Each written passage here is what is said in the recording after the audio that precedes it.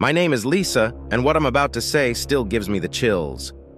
It all started one warm summer night when I came home from work. I work in a small cafe downtown, and we closed late that night.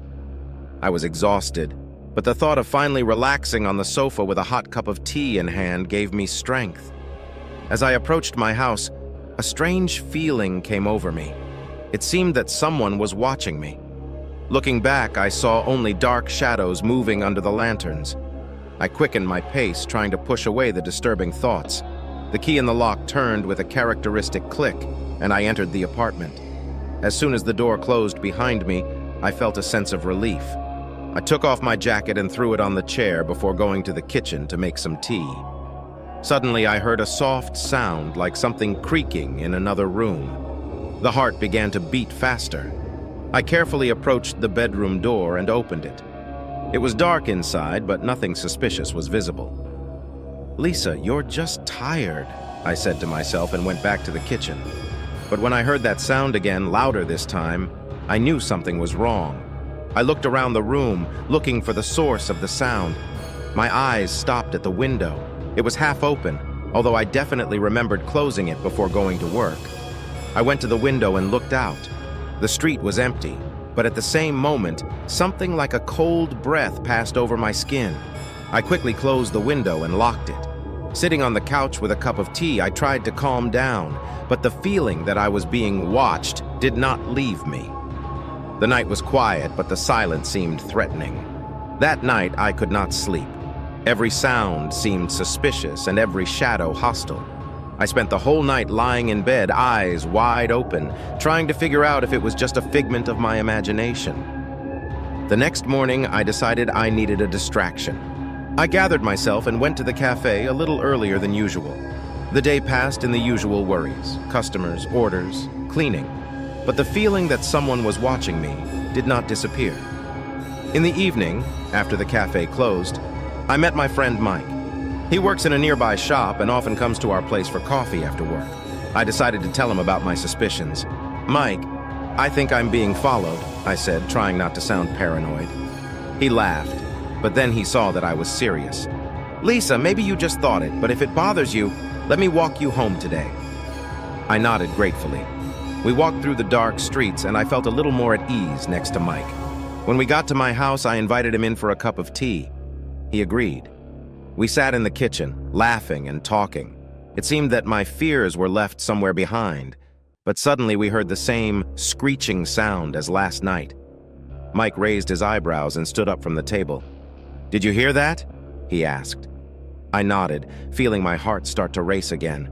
We went to the bedroom where the sound came from. Mike carefully opened the door and turned on the light. The room was empty. "But I definitely heard a sound," I said, looking around the room. Mike went to the window and checked the lock. "Everything is closed. Maybe it's just an old building and something is creaking." I sighed and nodded, but at that moment I saw something on the floor near the window. It was a small piece of paper. I picked it up and unfolded it. On the paper was written, "I know where you live." Mike took the paper from my hand and read it. "It's not funny anymore. You need to call the police." I agreed, although I still could not believe that all this was happening to me. Mike stayed the night so I wouldn't be alone. We called the police and they promised to come the next day. The next morning I woke up to someone knocking on the door. They were policemen. They inspected the apartment and took a piece of paper as evidence.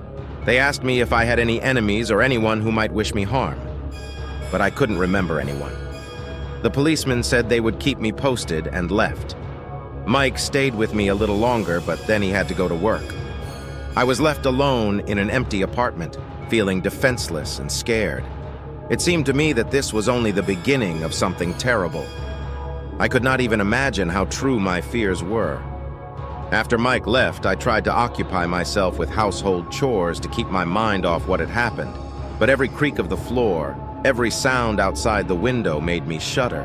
I began to doubt that I would be able to stay alone in this apartment. In the evening, I decided to go for a walk to relax a little. I went outside and started walking without a specific route. In the end, I ended up in a park not far from my house. The park was almost empty, and I enjoyed the silence and fresh air. Suddenly, I felt that someone was following me. Looking back, I saw a man in dark clothes who was keeping a distance but was clearly following me. My heart pounded and I quickened my pace. The man also started to walk faster. I decided not to risk it and ran to the exit of the park. When I almost reached the street, the man caught up with me and grabbed my hand. "You lost something," he said, handing me my wallet. I felt relieved and embarrassed at the same time. "Oh, thanks," I said, taking my wallet. "I didn't even notice I lost it." "Don't worry," the man replied. "Just be more careful next time." I nodded and hurried home. Although the man was friendly, my nerves were on edge. At home, I decided it was time to do something more radical. I called my brother Jay, who lived in another city, and asked him to come stay with me for a few days. Jay was my closest relative, and I knew I would feel safer with him. "Lisa, what happened?" he asked, hearing my alarmed voice. I told him everything that had happened in the last few days.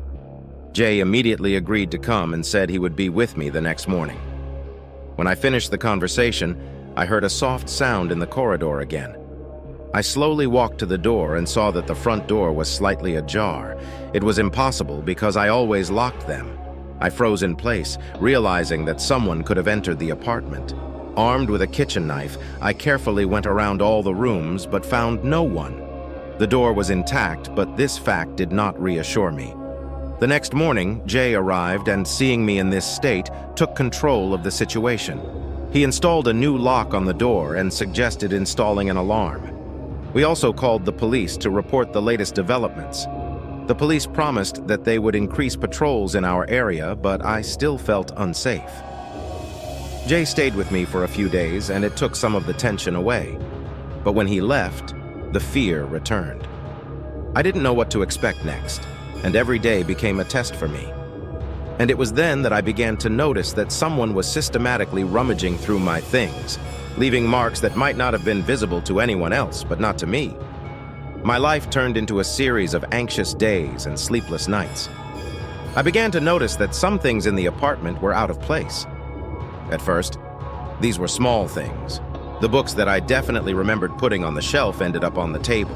Kitchen appliances appeared in unexpected places.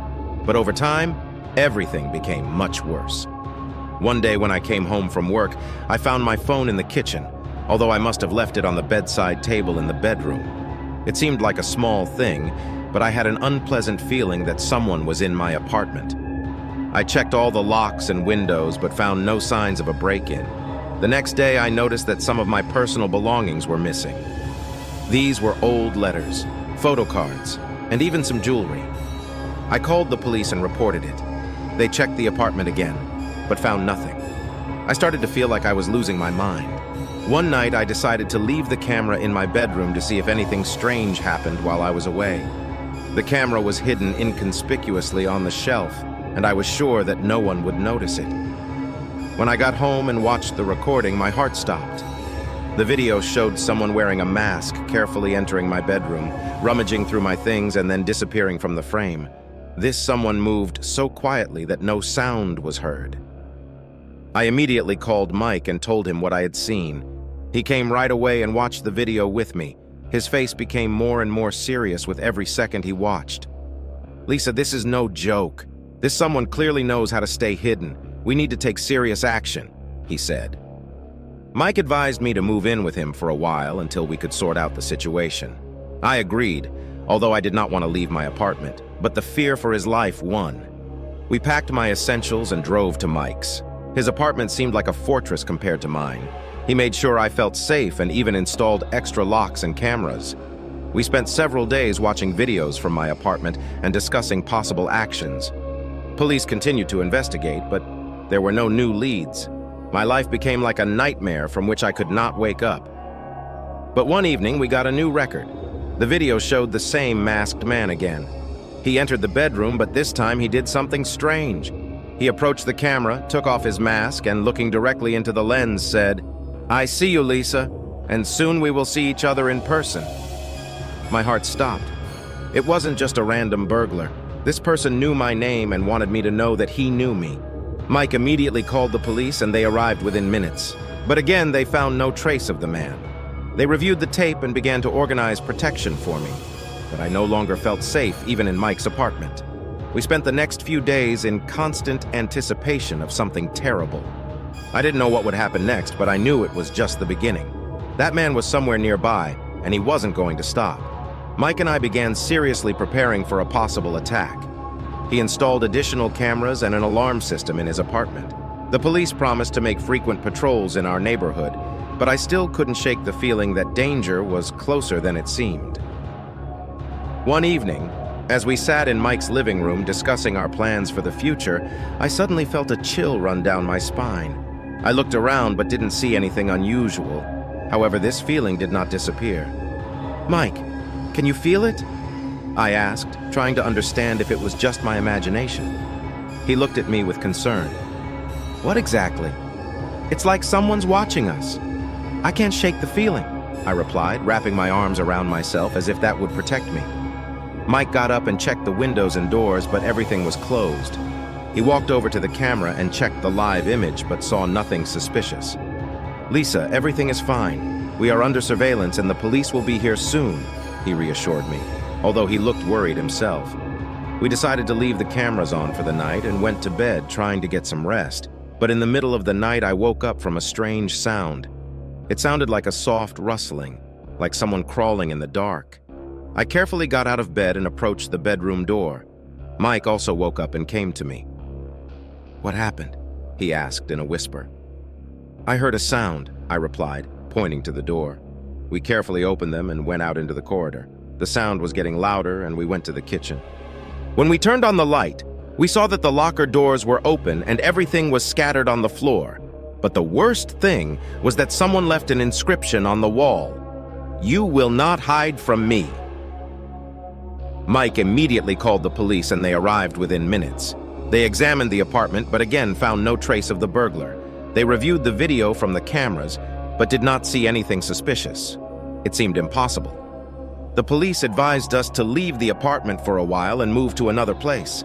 Mike called his brother, who lived in another city, and he agreed to host us for a few days. We packed things and went to him. The road was long and exhausting, but I felt that the further we moved away from our city, the safer it became for me. We arrived at Mike's brother Jack's place, and he welcomed us with open arms. "Mike, Lisa, don't worry. You'll be safe here," he said as he helped us carry our things into the house. Jack lived in a cozy cottage on the outskirts of town. His house was equipped with a modern security system, and he assured us that no one could break into it without his knowledge. We spent a few days at Jack's house trying to regain composure and find a solution to our problem. But one evening, when we were sitting on the veranda and talking, I suddenly saw something strange. At the edge of the forest near the house, I saw a shadow. She moved slowly, as if watching us. "Mike, look," I whispered, pointing to the woods. He looked away and turned pale. "That's impossible. How did he find us?" Jack also saw the shadow and stood up, taking the phone from the table. "We're calling the police," he said, dialing the number. The police arrived quickly and searched the surrounding area, but again found nothing. I felt that this was no longer just a random burglar. It was someone who knew us, who was playing some horrible game with us. The next morning, we decided it was dangerous to stay in one place. We packed up and left for a new place, but I knew that this story was far from over. We decided to leave Jack's house and move to another place that would remain a secret from everyone. Our friends offered us temporary accommodation in a small cottage a few miles from the nearest town. It was the perfect place to hide and think about the next steps. On the way, I couldn't get rid of thoughts about how this stranger was finding us. He clearly knew more about us than we knew about him, and that was even more frightening. Mike was by my side and his support kept me in check. We arrived at the cottage and found it to be a cozy place surrounded by dense forests. The absence of neighbors and the difficult accessibility of the place inspired hope that we would be safe here. We settled down and began to think about how to proceed. That evening, while we were sitting in the kitchen, I got a message on my phone. It was from an unknown number, but the content was terrible. "I know where you are." I showed the message to Mike and he squeezed my hand. "Don't worry, we'll deal with it. The police are already dealing with this," he said, but I could see the worry in his eyes. We decided not to inform the police about this message, but to try to find out something ourselves. Mike began gathering information on all the cases that could help us figure out who was behind this. We have also installed additional cameras and an alarm system in the cottage to ensure safety. One evening, as we sat by the fireplace and watched the camera footage, we noticed something strange. One of the videos showed a shadow appearing in the forest. She moved closer to the cottage, but then disappeared from the camera's view. We turned pale, realizing that he had found us again. "Mike, what are we going to do?" I asked, feeling my heart pounding in my chest. "We can't hide forever. We need to find him and stop him," he replied, sounding determined. The next morning, we decided that Mike would stay at the cottage, and I would go into town to find out more about the person who was following us. I contacted my friend, Detective John, and asked him for help. He agreed to meet me at a cafe where we could discuss all the details. John was an experienced detective and knew how to act in such situations. I told him everything that happened and showed him the footage from the cameras. He was shocked, but quickly pulled himself together. "Lisa, I'll do everything I can to find this man, but you have to be careful. He obviously knows you're looking for him," John said, looking me straight in the eye. We agreed that John would begin his investigation and I would return to the cottage. He promised to keep me abreast of all developments and to let me know immediately if he found anything important. Back at the cottage, I told Mike about our meeting with John. He looked a little more relaxed, knowing that a professional was handling the matter. That evening, we heard a strange sound from outside again. We went outside and saw that someone had left a note on the doorstep. It was written, "You will not hide from me." That was the last straw. We realized that we needed to act immediately. Mike and I decided to go into the woods and find this man ourselves. We took flashlights with us and headed out into the darkness, ready to face our fear. The forest was thick and dark, and every sound sounded suspicious. We moved carefully, trying not to make any sound. Finally, we saw a shadow moving between the trees. "There he is," Mike whispered, and we began to approach the shadow. But suddenly someone grabbed my hand and pressed me to the ground. Mike tried to help, but he too was knocked down. The shadow above us spoke, "You shouldn't have been looking for me." I felt my heart stop. It was the same man from the video. He leaned toward me and said, "Now you will know what real fear is." Mike tried to fight, but the man was stronger. I realized that our chances of salvation are slim. And at that moment, when it seemed that all was lost, I heard police sirens. John arrived on time. The man tried to run away, but the police quickly apprehended him. They tied him up and took him to the station. Mike and I were saved, but this terrible experience left a deep mark on our minds. John came to us and hugged me. "Lisa, it's over. You're safe now," he said. But I knew I wouldn't be able to forget this nightmare for a long time. The police started an investigation, and we learned that the man was Mike's ex-employee who was getting revenge for his firing. His mental state was unstable, and he decided to scare us to death. We spent the next few weeks trying to get back to normal. Mike and I decided to move to another city and start over. We knew that it would be difficult to forget this horror, but together we could overcome everything. Moving to a new city gave us the opportunity to start from scratch. We found a cozy apartment in a quiet neighborhood and hoped that old fears would not find us here. But although we changed our place of residence, our souls remained wounded. The first few weeks were tough. Every sound outside the window, every shadow on the wall caused us anxiety. Mike was working hard trying to distract himself from what he had experienced, and I was trying to find a way to feel safe again. One evening, while we were sitting on the couch talking about our future, Mike suggested seeing a therapist. "Lisa, we need to overcome this fear somehow. Maybe a professional can help us," he said, looking into my eyes. I agreed, and we found a good specialist who helped us understand and process our experiences. But despite this, I still felt that someone was watching us. One day when I was coming home from work, I noticed a stranger standing in our driveway. His face was hidden under a hood, but his figure seemed familiar to me. I quickened my pace, but he did not leave his place, as if he was waiting for someone. When I got to the apartment, I told Mike about it, and he decided to talk to our neighbor, who had installed cameras at the entrance. We looked at the recording and saw that a stranger had been showing up at our front door for several days in a row. Mike called John, our detective friend, and told him about the situation. John promised to come and help us sort it out. He arrived the next day and began his investigation. John advised us not to leave the apartment unless absolutely necessary and not to open the door to strangers. He also installed additional cameras and motion sensors around our apartment. We felt a little more at ease knowing John was there. One evening, while we were sitting at home watching a movie, I heard a knock on the door. Mike went to the door and looked in the window. "It's John," he said as he opened the door. But when he opened the door, it turned out that it wasn't John. The same hooded stranger stood at the door. He pushed Mike back and went into the apartment. I froze in fear, unable to move. "Don't be silly," said the stranger, pulling out a knife from his pocket. "I don't want to hurt you, but I need to know something." Mike stood up and tried to calm him down. "Okay, we hear you. What do you need?" The stranger looked at me and said, "Do you know a man named Richard Howell?" Mike and I looked at each other. This name was unfamiliar to us. "No, we don't know such a person." "What is it about?" Mike asked. The stranger sighed and lowered the knife. "Richard Howell is my brother. He went missing a few months ago. I learned he was last seen with you." Mike and I were stunned. "We don't know your brother, but if you think we can help, we're willing to do whatever we can," I said, trying to understand what was going on. The stranger explained that his brother was a journalist and investigated a series of strange disappearances. He followed the trail of the man who was chasing us, and it led him to our town. He believed that Richard had found something important, but then he disappeared. We decided to help a stranger because it could shed light on our own problems. John also joined us in the investigation. We began gathering information about Richard Howell and his investigation. A few days later, we found Richard's notes that he had left in his office. They contained detailed information about missing persons and a possible suspect. But the scariest part was that we found a photo of our stalker. Now we knew who was behind it all and decided to act immediately.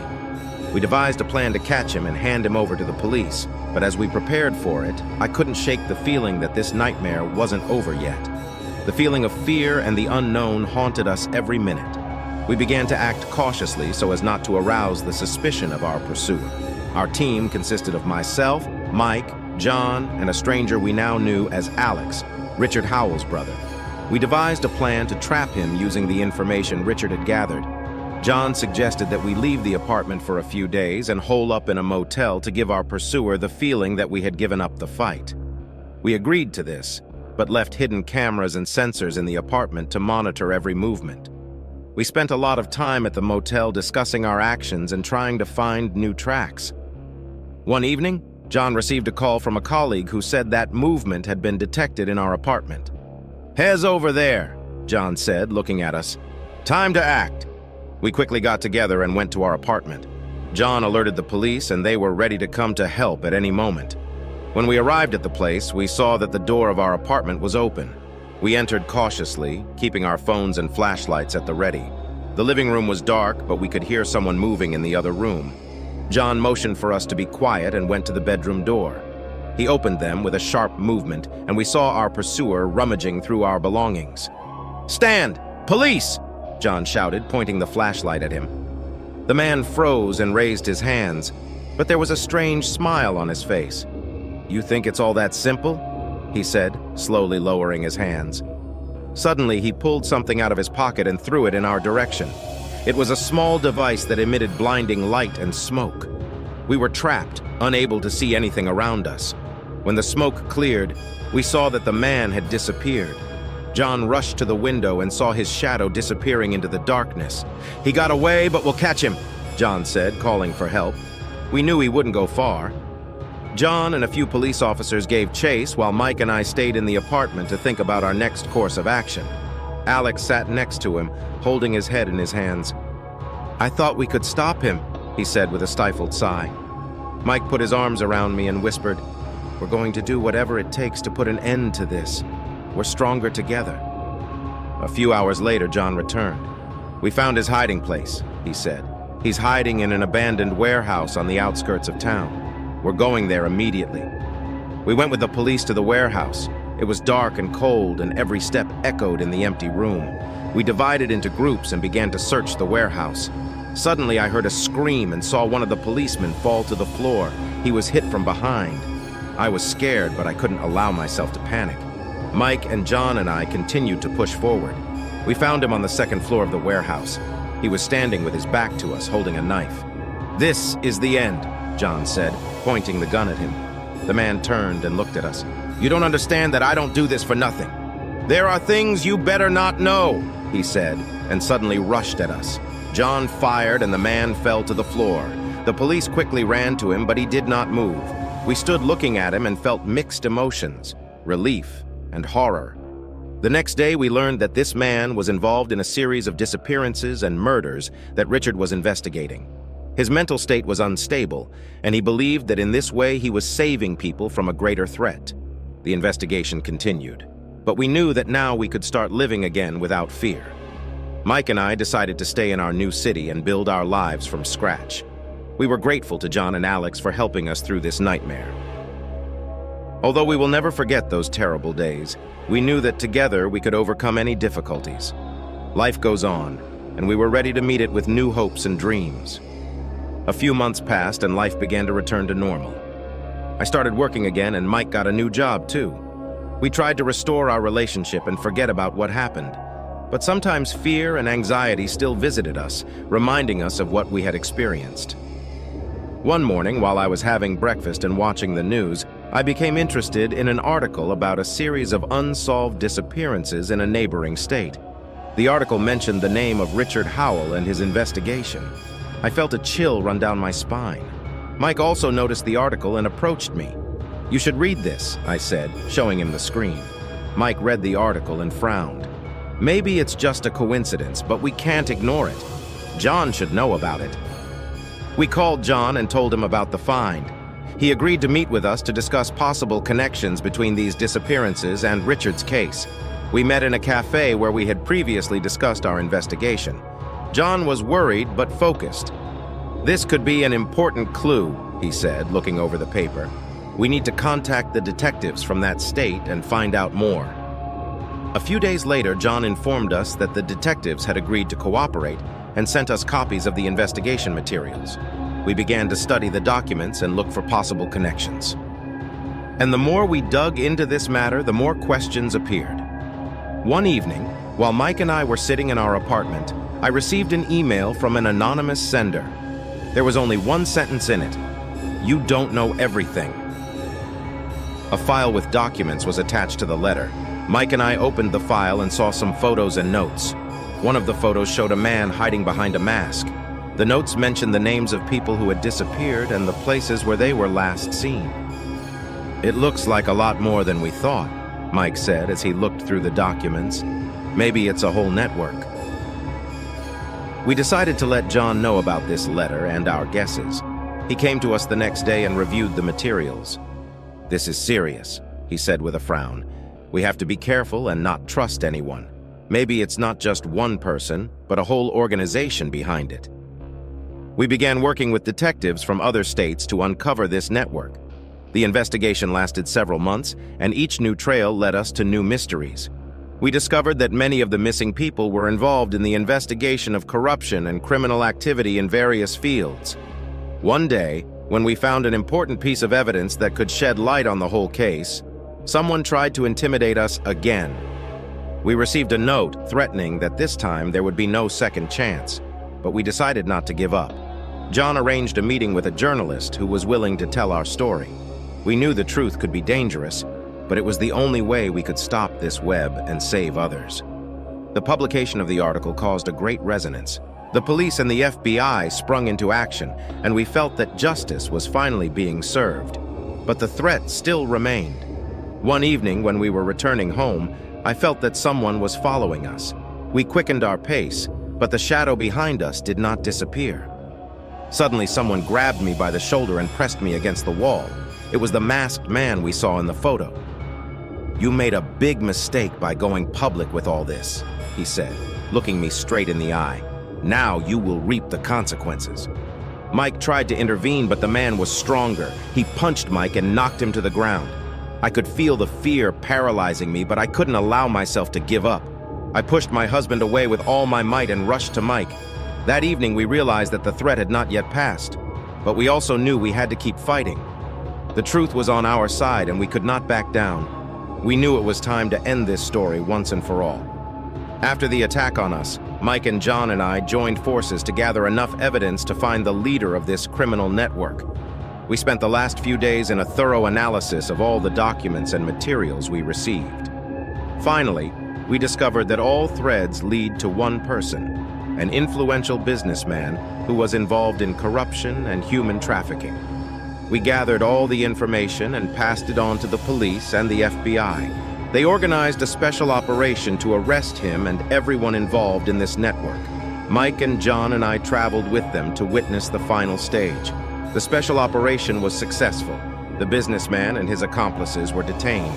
Finally, the truth came out and all their crimes became public knowledge.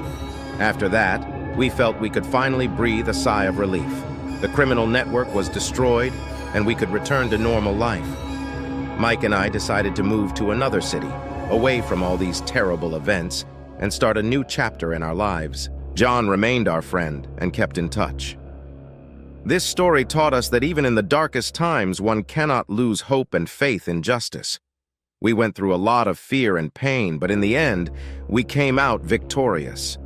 And now we knew that together we can overcome any difficulties.